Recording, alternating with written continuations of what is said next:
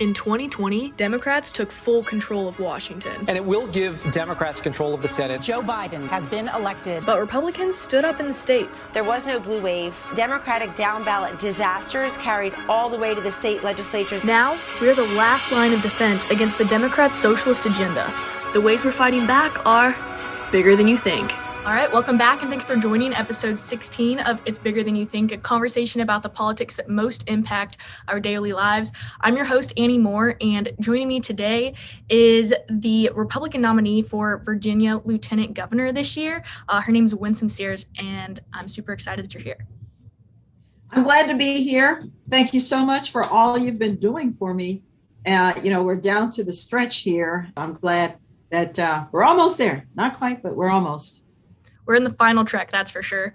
Super excited. The race is heating up too. All eyes are on Virginia. So there's a lot going on and a lot that we can go ahead and dive into. So if you just want to go ahead and tell me about your background, you have a really interesting story. Well, gosh, I was thinking the other day that it started with my father coming to America, but actually I remembered that my grandfather came to America back in the 30s to pick fruit. And he came temporarily, he was a migrant worker. And then he went home just to get some money to survive and help his family. And then I think it was 30 years later, my father came to America in 1963, just 17 days before Martin Luther King Jr. gave his I Have a Dream speech. And so he came from America. He had to prove that he is who he said he was. He had to get a background check. He had to get this done, that done. And then he had to wait so that he could enter America. So 17 days before MLK's speech. And I said to him, why did you come then? It was a bad time for us. And he said, because this is where the jobs were. I said, yeah, but you came at the height of the civil rights movement. He said, this is where the opportunities were. And let me tell you, he only came with $1.75. And so he took any job he could find, used that money to put himself through school, started his American dream, and now he's comfortably retired. And so I tell you that because education lifted my father out of poverty. Education lifted me out of poverty because I have to find my own way in this world. Can't live off what my father does. And then education will lift all of us out of poverty. And that's why I so vehemently support education choice. But that's another story. Awesome. So what made you decide that you wanted to run for office? Well, it's like my father. You can either curse the darkness or you can light a candle. And I was looking at our state of affairs here in Virginia. And so I thought, I don't think we're going to win. And, we've been shut out of the statewide offices for all this time. 12 years. 12 years is a long time to be in the wilderness. And in fact, we have known that we were in trouble because the canary in the mine was telling us, Republicans, you're not winning statewide races. Republicans, you're not winning statewide races. We have not won the House. We have lost the Senate. We also don't have the Attorney General, Lieutenant Governor, and Governor. Totally shut out of the whole process. So I look at that and I thought, okay, somebody's got to step up and do something because, we need new voters in the party. Here in Virginia, we've been losing 45 to the Democrats, 50 something. No matter who runs, we're losing 45 to the Democrats, 50 something. That means we need new voters. And where are they going to come from? They're going to come from the Asian community, Latino community, and the Black community as well. And so I figured that if nothing else, I could reach those voters. And so that's why I ran. I got in the race, I made the case, and I won during the convention cycle. And here I am now. Mm-hmm. And this isn't the first office that you've ran for either, right? You were in the House of Delegates for several, I was. So I was elected in a 58% Black, 60% Democratic district overall. And that hasn't happened where a Republican has represented a majority minority district like mine since 1865. Wow. And so that's why I'm saying, I already had Black voters take a chance on me running as a Republican. And by the way, I didn't water down the message. We're generally conservative. We just don't vote that way. And it's because we're working on fear. Well, I ran against a 30-year incumbent, his father, a 20-year incumbent. His father had the seat 10 years before him. So I was running against a dynasty, and we did it.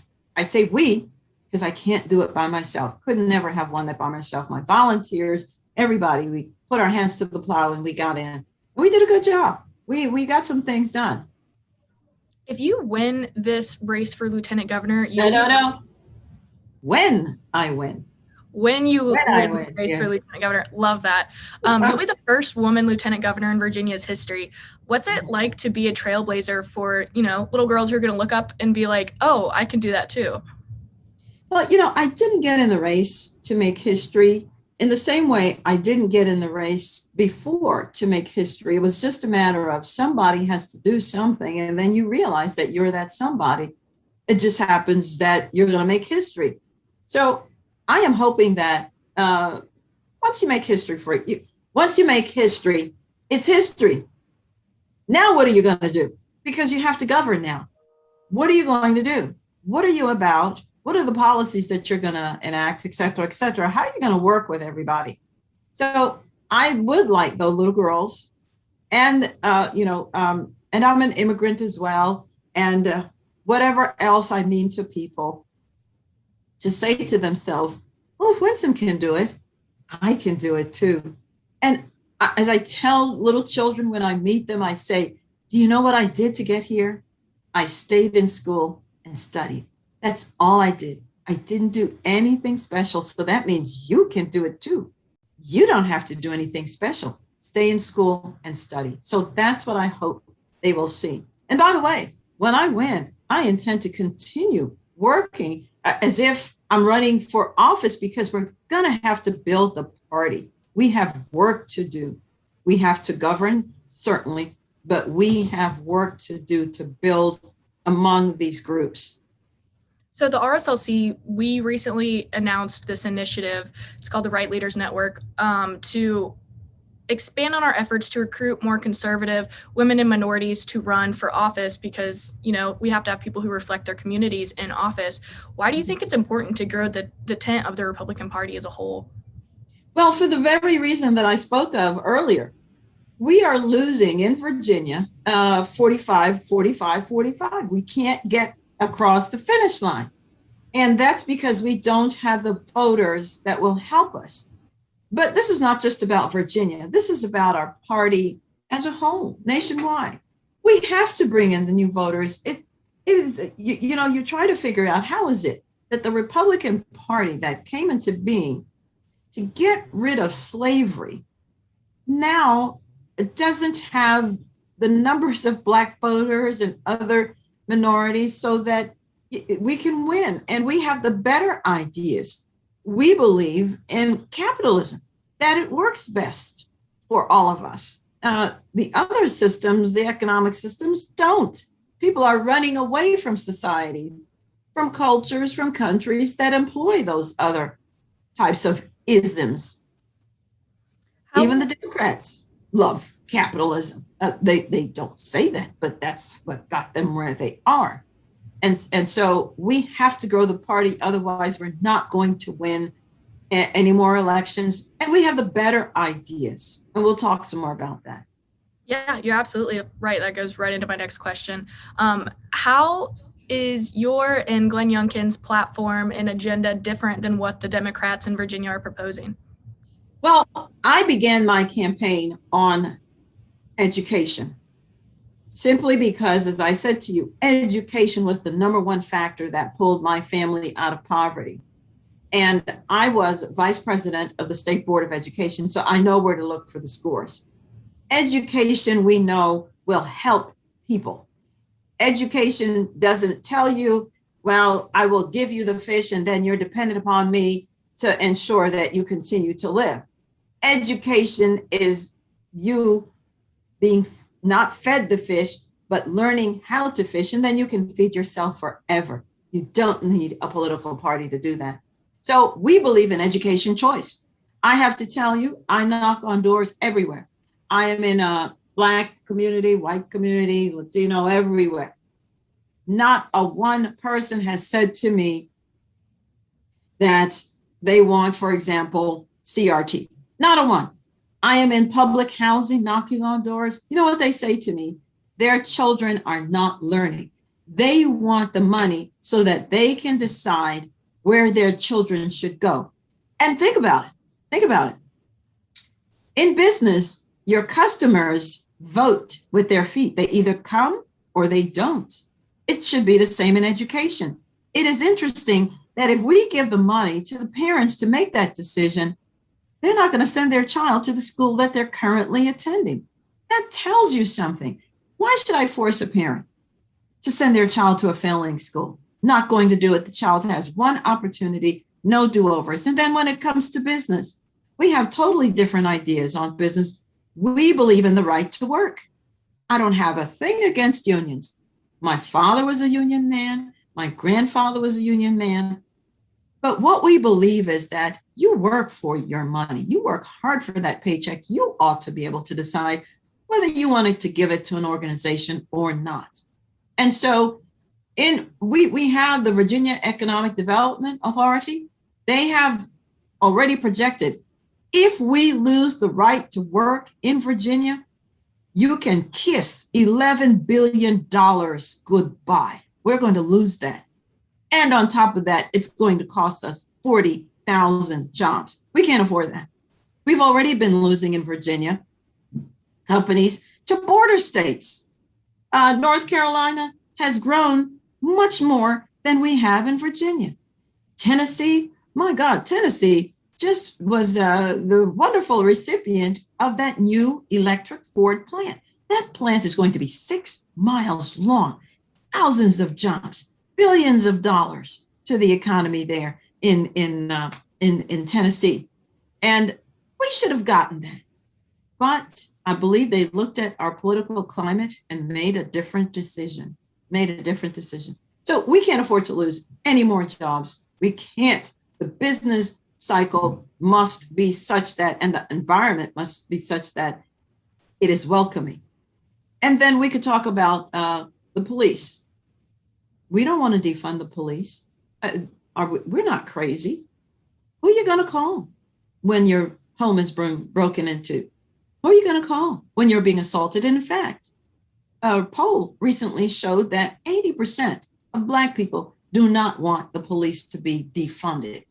We're not silly people. And as an aside to that, in Alexandria recently, they got rid of the school board, got rid of the SROs, the resource officers who help to keep the school safe.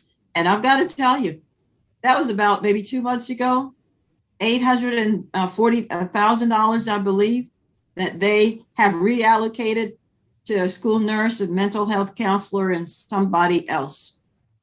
They just made a different decision 2 days ago. They're bringing back the resource officers because fighting is up, stabbings are up, nobody's safe. But we could have told them that. I tell you, common sense has left the building. Now, we know that in every profession, there are bad apples, bad lawyers, bad teachers, bad doctors, bad police officers. Let's get rid of them. Let's get rid of them and run with those who actually care about the people. And there are many more, many more. Let's get some training. Let's get them out of their cruisers and have them walking the beat like they used to. You know, we used to really look up to our policemen. I don't know what has happened. They're demoralized. Our policemen are. We need we should have a law, really, that every lawmaker, etc., should go on a ride along with these police officers, our sheriffs, go to our prisons and see what's happening with our Department of Corrections officers. They are really working very hard. And by the way, when they are running towards the violence, we are running away from it. So let's be careful about what we do. I'll stop now and get it. You'll get another question. No, that was great. Love hearing about the agenda that you guys have planned for the future of your state. So you did talk a decent amount about education. Terry McAuliffe not too long ago said that he didn't think that parents should be able to tell schools what they should teach. What's your response? Imagine that. Terry, who had these children? Did the government have these children? No. This is why I say we're going to win this year, because there are enough parents of all stripes, Democrat, Republican, Libertarian, Green Party, etc., independents, and they believe that the Democrats have gone too far. They know, as we know, they've gone too far. How dare you tell me I don't have a say in my child's education? No, I don't think so. And by the way, does anybody recall when the teachers' unions, the school boards all begged parents, get more involved in your child's education, get more involved? And the minute that we do that, President Biden sicks the Department of Justice on us. What country are we living in? So yeah, the folks, they're not understanding us. And by the way, the Virginia Constitution does say that parents are responsible for the upbringing of their children. But we don't need a constitution to tell us that, do we? No. It is our God-given right to raise our children in the way that we see fit. We're not abrogating those responsibilities. No, sir. No, ma'am.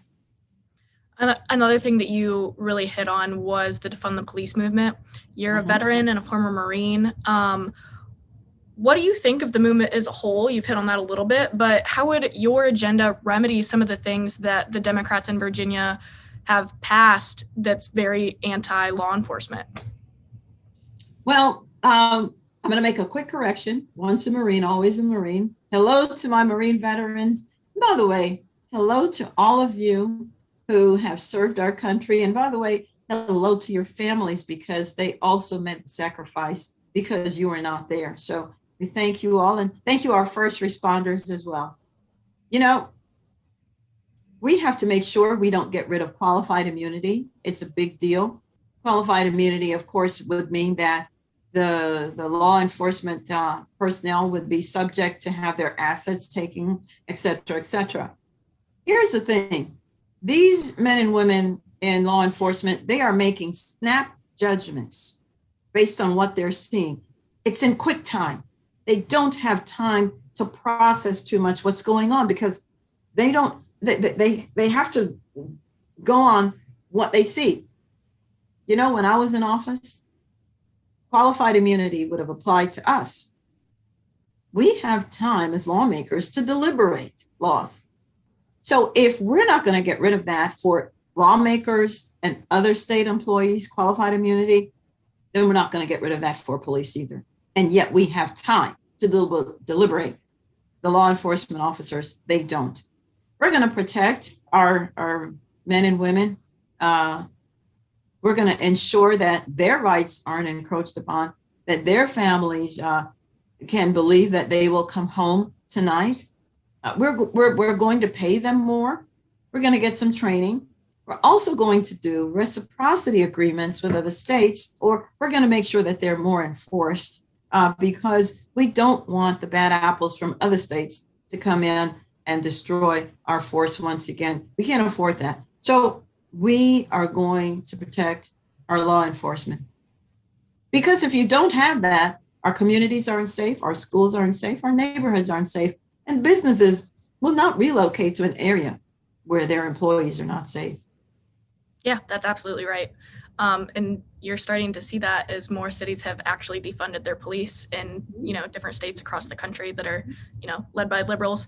But the House of Delegates is up this year, as well as governor, lieutenant governor, attorney general. And they are only 6 seats away from the majority. Why do you think it's important that Republicans gain as many seats as they possibly can in the House this year? Oh, yes, absolutely. Because there are already laws on the books that we're going to have to repeal, or we're going to have to tweak them in some way. And that's why I say, I would argue that to give the Democrats some credit that maybe they couldn't have foreseen all of this that was going to happen. But no, they did. It was done purposely. They had the floor. They had the governorship, lieutenant governor, AG, House, Senate. They were running with it. And that's what we as Republicans ought to do. We must remember to do that when we're in office, because the Democrats have shown us the way. When I was in office, we Republicans were always trying to reach across the aisle, sing kumbaya, not in. I thought I was in church. We're going to work together, but we're going to get our agenda through this time. We need the House. Otherwise, Glenn Youngkin will be our governor, but he will be vetoing. We don't want vetoing. To veto is not an agenda. We've got an agenda we must put forth. I talked about some of that. We've got to get it through. I talked about right to work. Right to work is already under attack in Virginia because it came through under the marijuana bill. And by the way, it was a Democrat lieutenant governor who pushed that through because it was a tie vote. He voted with the Democrats, of course. He's a Democrat. Here's the thing. We need to get our agenda through more than anything else. And so we need the House. And then 2 years later, we need the Senate. So another thing that you talked about a lot was economic policy. And during COVID, the Virginia Democrats shut down the economy. They raised taxes. Now inflation is skyrocketing. How would your and Glenn's economic agenda help to fix some of these crises that the Democrats created? Well, let me say it this way. We have one governor at a time. And so even though Glenn and I don't run together, we are, because in Virginia, the lieutenant governor is not chosen by the gubernatorial nominee. So we run separately. It's a separate, but we're running together. We're running together with our Attorney General, Jason Miyares, as well. So his plan is the plan that we're going to be using. He has a plan from day one. Day one, we're going to hit the ground running. And number one, he's going to ensure that business, the taxes that we pay are going to be suspended for a whole year. We're just coming out of COVID. God help us. We need the funds so that we can get roaring again in Virginia. By the way, this administration, helped by Terry McAuliffe, he agrees with it, and so does my opponent. They decided which businesses were essential and which weren't. Thank God that they decided that my business was essential. So although I lost 25% during the shutdown, when I started back up again, I was able to get to a point where I was going to be able to get another truck, hire another employee. But then they had these business decisions that destroyed my business. I had the work. I had no workers. Unemployment insurance, no accountability. People are gone. They're home. And the remaining employees, we business owners, were cannibalizing each other's employees. Destroyed my minority-owned, women-owned, veteran-owned business. And yet they say that they care about those very groups more than the Republicans. The next thing that Glenn is going to be doing is he's going to be suspending the gas tax. You know, they raised gas, the Democrats did, haven't raised gas in Virginia for 20 years. But the minute that they took total control, absolute power, they raised the gas tax and instituted something called the highway user fee. Well, we've got to get our economy roaring again. We're going to suspend that. And then he's going to bring in charter schools, innovative charter schools, and especially for the more economically disadvantaged, because in Virginia, we know that according to the nation's report card, it's the NAEP scores, by the time our children reach the 8th grade, 35% of Asian children can't do math, 70% of Latino children, 45% of white children, 84% of Black children cannot do math by the time they're in the 8th grade. And by the way, 85% of Black children are functionally illiterate.